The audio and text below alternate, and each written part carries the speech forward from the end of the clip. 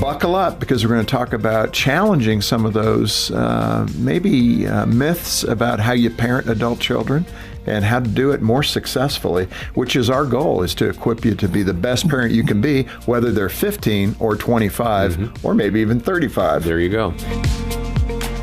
Gary, welcome back to Focus. Well, thank you. It's good to be back. It's always good to have you. You brighten the room. It's good. Seriously. But let me say, so many parents contact us with that anxiety about adult children because they're making the choices that we as parents hoped when they were little they would never make. When they were teens, we were on our knees praying, Lord, help them with their decision making. But you say parents should avoid blaming their child and to first consider their own mistakes. So that pointing the mirror right back at us, right? Well, that's based on what Jesus said. Okay, let's add that weight. Why are you trying to straighten them up? Behold, there's a plank in your own eye. And that doesn't mean that we're responsible for all of our adult children's decisions. No. But it does mean that we ought to at least reflect upon our past and what we did or did not do that might be contributing to something that our adult children are now doing. And there is a place for us to apologize to them if we realize there's some places where we failed them. Should we? I think it'd be a good exercise, but, so often we use that statement that, the fruit doesn't fall far from the tree. When we see these behaviors in our kids, we should really look first and say, okay, did they learn that from me? Yeah. Right? Yeah. One of the most sobering questions I ever asked myself when our children were growing up is, what if my children turn out to be like me?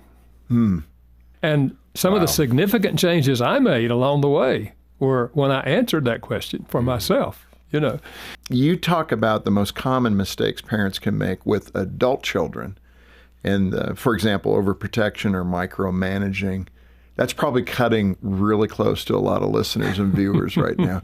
That 21, 23-year-old, we can tend to continue to micromanage them and not let go. I guess the question is, A, why is that so hard? Well, I think by nature, as you said earlier, we want our children to have the best possible life. As Christians, and we're going to make it happen for you. Yeah, and we're going to make it. Yeah, and we're going to make it happen. And there's no question about it. When the children are little, we have to do that because they can't do anything by themselves. But we want to be thinking in terms of this child is going to have to be independent. At 18, chances are they're going to go to college, join the military, or hopefully get a job or something. And so here they are now, 20 years old. And we're still jumping in to whatever situation they are and telling them what they're supposed to do. Yeah. And we build a wall between us. They resist that. They push away from that.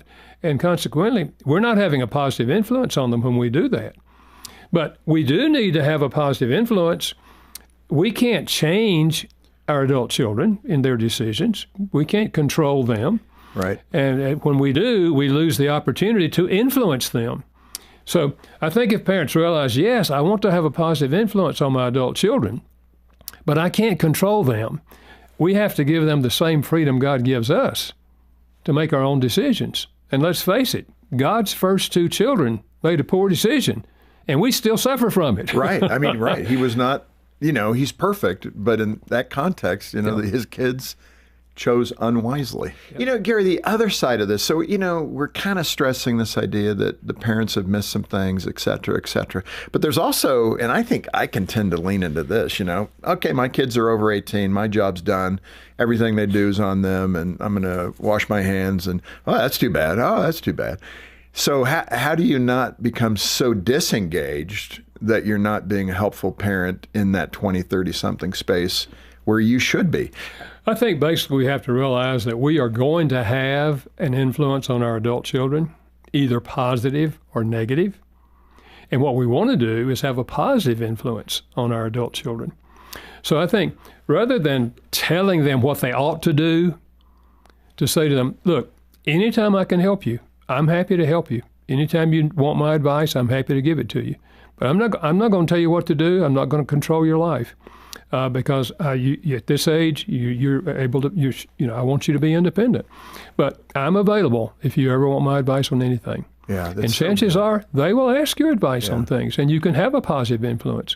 I would think the healthier the relationship is, the more of that interaction you're going to get, because the kids trust they can come to you with something that is a deficit in their life. Yeah, and a lot of that depends on what kind of relationship you had before they became adults, you know. Yeah. I mean, it shows what you were saying, John, a moment ago. It's never too late to rebuild those things. It is a different phase having young adult children. I mean, it's one of the great things, Trent, when we go to breakfast, he'll often say, I really love this phase of our life right now, because it's like, I know you're my dad, but I feel like you're a good friend. Yeah. And that's a great statement. That's beautiful. Some of our biggest lessons we learn by our failures. Yeah. And so our children may have to learn some hard lessons by their failures as well. Yeah. So if they make poor decisions, and we have to allow them to suffer the consequences of those poor decisions. If, for example, if your adult child gets stopped for driving under the influence, and he's in jail, and he calls you, or they call you and tell you that he's in jail, I wouldn't go down and bail him out tonight. Let him spend the night in jail. Then go down tomorrow and talk to him and try to decide where we go from here. Right. You bail him out, then he didn't suffer the consequences. Right. He didn't feel that. God, she didn't feel that. Yeah. God lets us suffer the consequences. Yeah. You offer some specific guidelines about how parents and young adults should negotiate expectations and responsibilities at home. What does that guideline discussion look like? Yeah.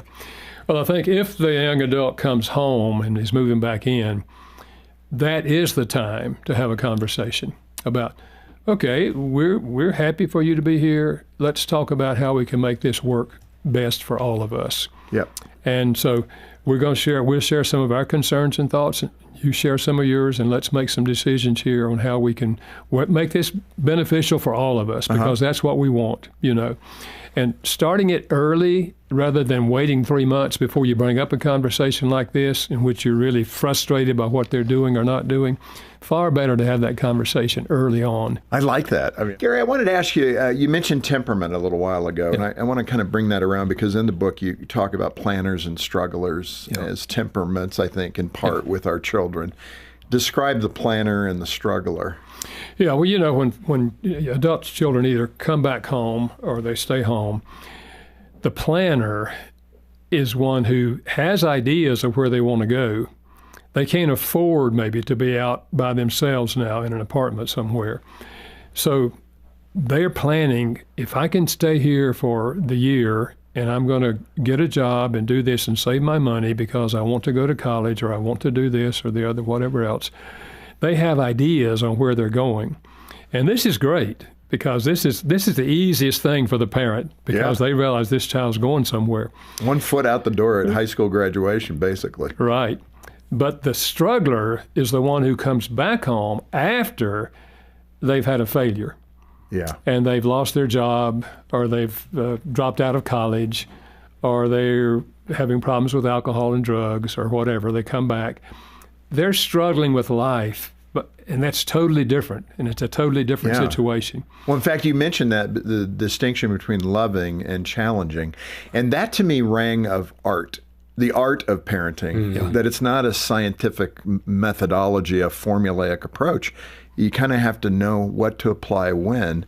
That idea between love and challenging, man, that is tough, especially, and I'll lay this backdrop to it, with a rise in anxiety, depression, loneliness within 15 to 25-year-olds. Let's just say that. And the CDC, the Center for Disease Control, has talked about this, and their survey work it's gone off the charts, the level of anxiety, particularly within that age group.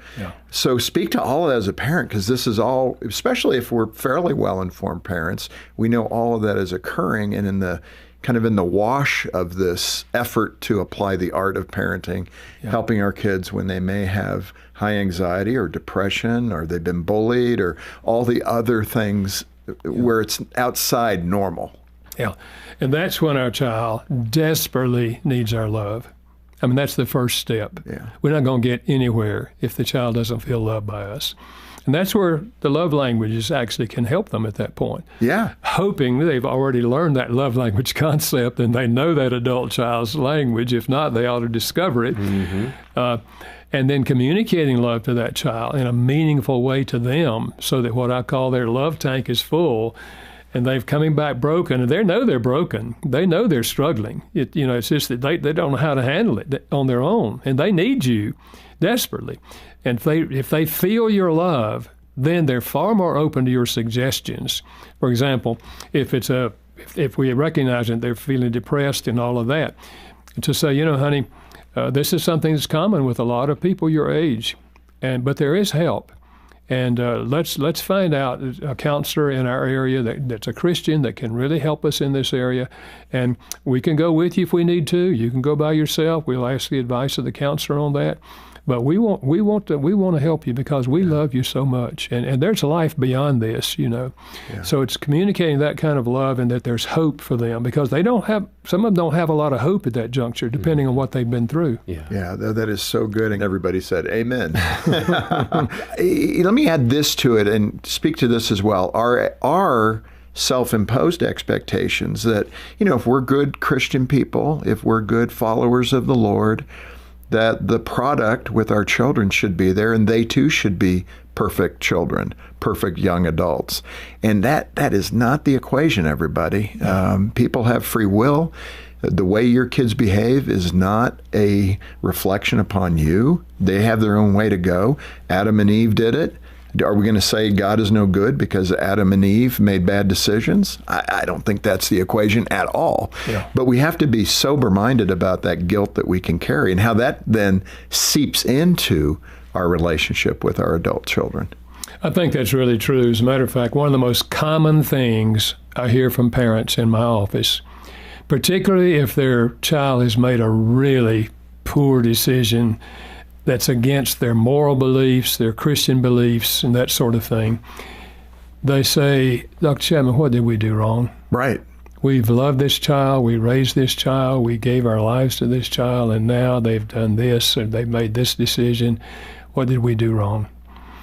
And I try to say exactly what you've said. We can't take the full responsibility for what our children do as adults. I said, and I remind them of what you said. Yeah. I said, God's first two children made a poor decision, a bad decision, And it wasn't God's fault. God has given us freedom. They're free and you're free. I'm free to make our decisions. We can walk away from God. We can walk to God. And we can make poor decisions or wise decisions. So we're not responsible for the decisions that our adult children make. Let me push a little deeper because I'm just mindful of the parents that are living in this space. Because some of this, to me, this is the gift of the prophet, the gift of the evangelist. And what I mean by that is temperament. And this can get dicey in your marriage as the parents of the adult child, because one of you has this attitude of, hey, we got to look to the future. Let's not burn the bridges right now. And the other spouse is like, are you kidding me? How can we tolerate that? Yeah. And it's both are defensible biblically, I think, but which is going to get you to the right outcome? And there can be a lot of stress in your marriage around that adult child's behavior because the two of you as mom and dad see it differently. And keeping your marriage intact, number one, is a model that they need to have. Right. That parents can disagree on something, but we talk our way through it and we make the decision that we can agree on. And if you can't agree on it, then don't make the decision yet. And pray in the meantime, God will give you wisdom. And honestly, that's a place where if that continues to be a block for the two of you, you do want to seek help. I think it's one of the most beneficial moments for, relatively healthy couples to say, okay, we need a little help here. Yeah, yeah. A third Christian party who can help you think through it and identify with your feelings. I mean, we can understand both of those positions, but let's think about what's going to have the most positive influence on that. That's what you want. Another heartbreaking issue is when young adults decide they are dealing with the LGBTQ spectrum, the gay and transgendered issues that are so prevalent, particularly in public schools now, with the rise of that or the affirmation of that kind of declaration.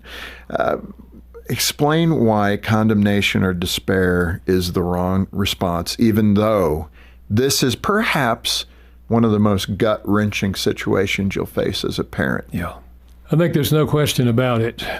When a child reveals to their parents how they perceive themselves, and that they announce themselves to be this or that or the other thing, it is extremely painful for parents. Yeah. I've seen them weeping in my office, weeping together, just totally brokenhearted to believe that their son could tell them what he's just told them, that he's homosexual or whatever else he's telling them. Deeply, deeply painful. And that's why, as a counselor, I am deeply empathetic with those people. Your heart just goes out to them. But we do know that people do have same-sex attraction. But that doesn't mean they have to live the lifestyle. Mm-hmm. God calls us to a celibacy, whether we have those feelings or we have heterosexual feelings. We're called to celibacy before marriage. And God also has his definition of marriage, too, and all of that. And so that's why I think we're so disturbed, is because we know that this is not going to be for the good of the child. Anytime we're not doing what God laid out for us, it's not going to be good for them. But as parents, I think, we have to ask, how can I be God's agent in trying to help them walk through this? And again, we have to come back and realize, I can't control them. I should not try to control them. God does not control his own children. We are free to make our decisions. Right. Gary, we are right at the end, and it's unfortunate. I've got a whole list of more questions, but we've run out of time. Speak at the end here to the importance of a parent ending well in terms of their own personal integrity and values, which will communicate so much to either their estranged adult child or their a fully committed Christian adult child. Either way, it's a win. I think, first of all, sharing our real heart with God and asking God to help us to maintain to the very end of our lives our own walk with him, our own commitment to him. The one thing you can't control. That's right. Yeah. And putting our children in God's hands. We've done everything we know to do. If there's anything else we can do, Lord, please show me what it is. I want to do it. But when we've done everything we know to do and he doesn't bring anything else to mind, Lord, help me to be faithful so that when they hear about my life, if they're estranged and don't even know, they'll know that I was faithful to you to the end. That's why I pray for myself every day. God, keep my heart. Keep my heart. I want to be faithful to you to the end. Wherever our children go, that's them and God. But we're responsible for our own walk with God. That's well said, and it gives you a sense of peace. Yeah. You don't have to be writhing about what your kids are doing. And you trust the Lord for the outcome. Gary, this has been so good. Your new book, Your New Life with Adult Children, a practical guide to what helps, what hurts, and what heals. And great perspective. I so appreciate you spending the time with us. Well, thank you. It's always good to be here. I'm John Fuller, inviting you back as we once again help you and your family thrive in Christ.